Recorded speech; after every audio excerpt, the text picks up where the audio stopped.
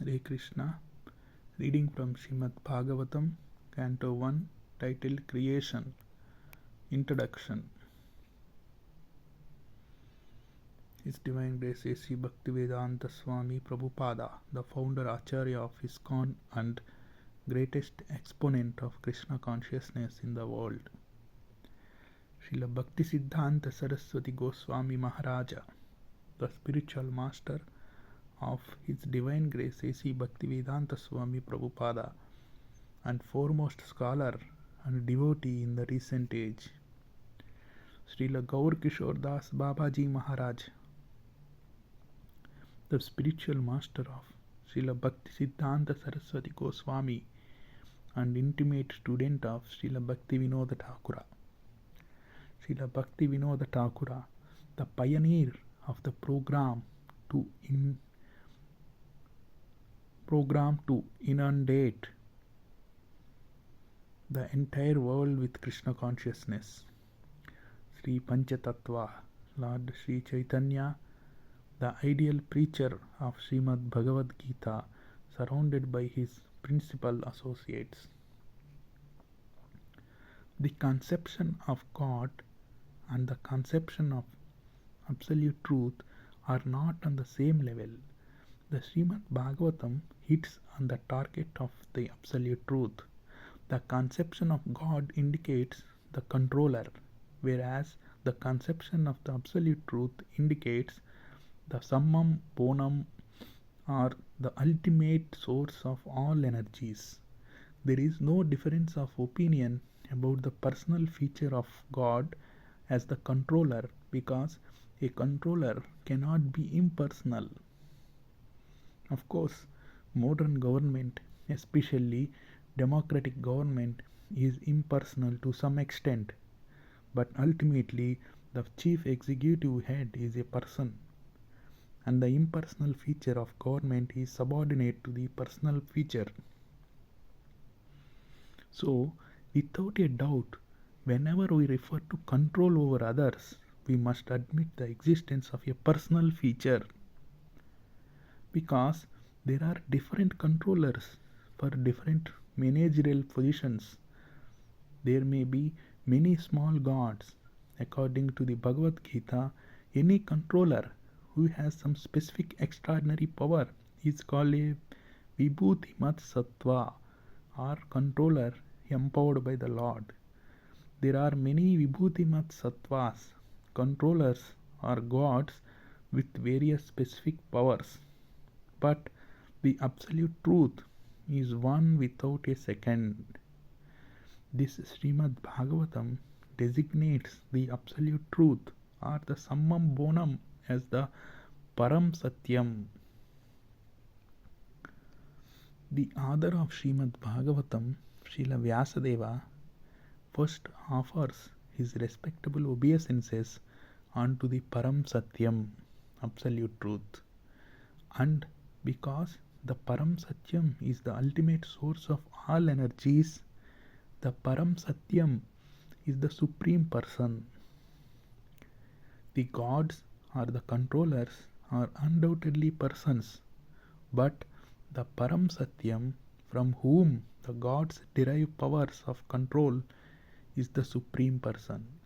The Sanskrit word Ishvara, controller, conveys the import of God, but the Supreme Person is called the Parameshvara, or the Supreme Ishvara.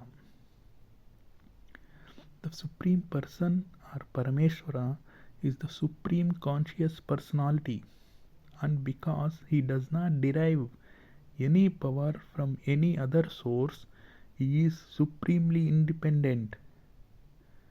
In the Vedic literatures, Brahma is described as the supreme god, or the head of all other gods like Indra, Chandra and Varuna.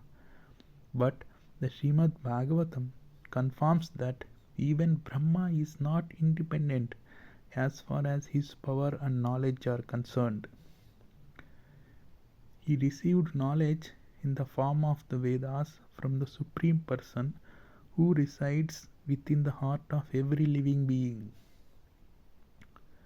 That Supreme Personality knows everything directly and indirectly. Individual infinite small persons, individual infinite small persons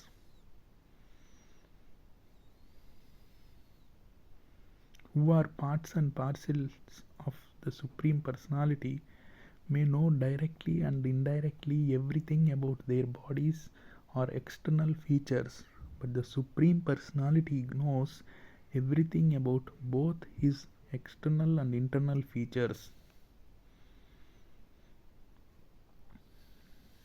The words Janmadi Yasya Srimad Bhagavatam 1.1.1 suggest that the source of all production, maintenance, or destruction is the same Supreme Conscious Person.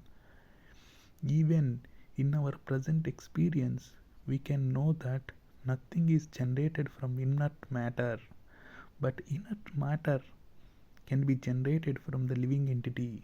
For instance, by contact with the living entity, the material body develops into a working machine.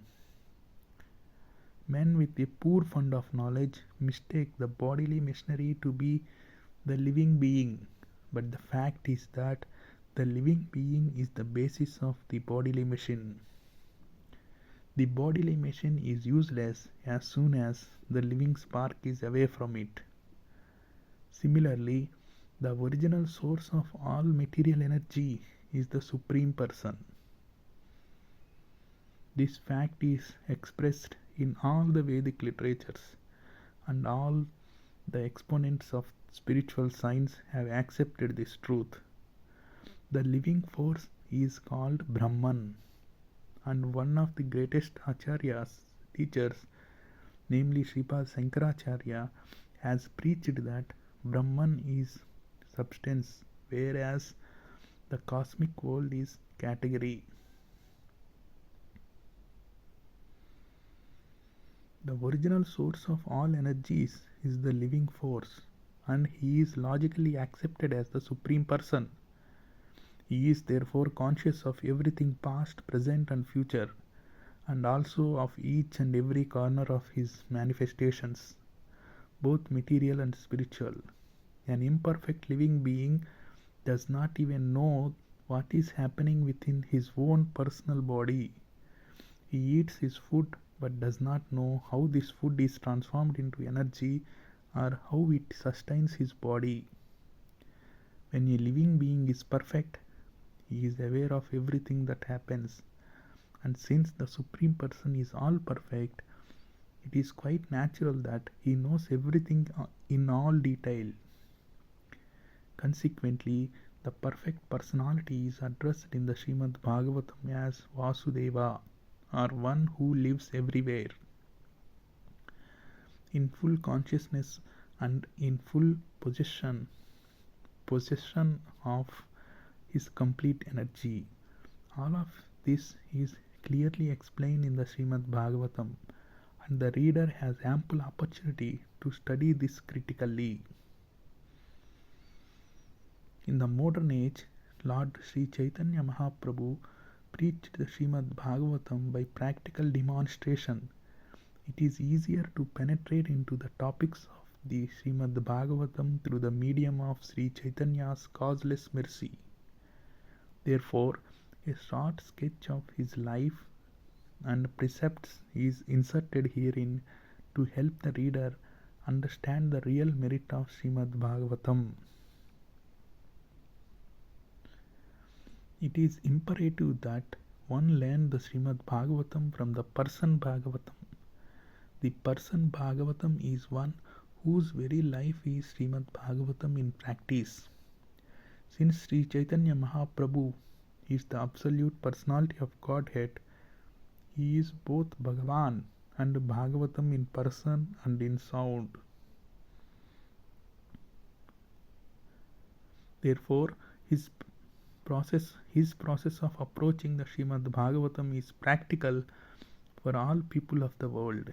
It was his wish that the Srimad Bhagavatam be preached in every nook and corner of the world by those who happen to take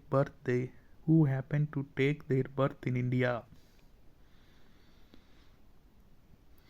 The Srimad Bhagavatam is the science of Krishna, the absolute personality of Godhead, of whom we have preliminary information from the text of the Bhagavad Gita. Sri Chaitanya Mahaprabhu has said that anyone, regardless of what he is, who is well versed in the science of Krishna, Srimad Bhagavatam and Bhagavad Gita, can become an authorized preacher or preceptor in the science of Krishna. There is a need for the science of Krishna in human society for the good of all suffering humanity of the world. And we simply request the leaders of all nations to pick up this science of Krishna for their own good, for the good of society, and for the good of all the world's people.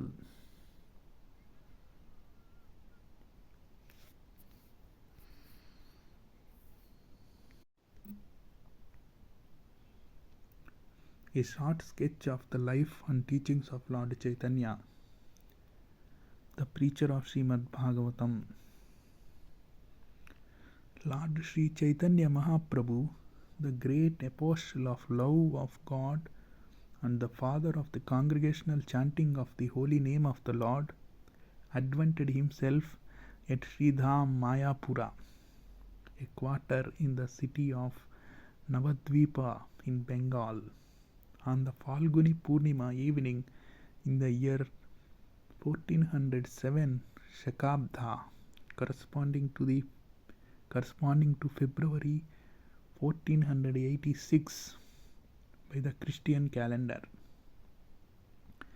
His father, Sri Jagannath Mishra, a learned Brahmana from the district of Sylhet, came to Navadvipa as a student because at that time Navadvipa was considered to be the center of education and culture. He domiciled on the banks of the Ganges after marrying Srimati Sachi Devi, a daughter of Srila Neelambar Chakravarti, the great learned scholar of Navadvipa. Jagannath Mishra had a number of daughters by his wife Srimati Sachi Devi, and most of them expired at an early age. Two surviving sons, Sri Vishwarupa and Vishwambara, became at last the object of their paternal affection.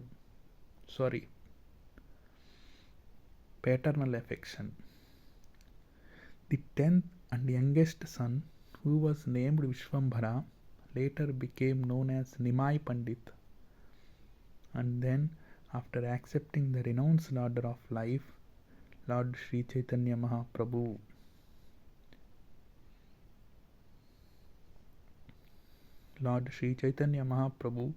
exhibited his transcendental activities for 48 years and then disappeared in the year 1455 Shakabda at Puri.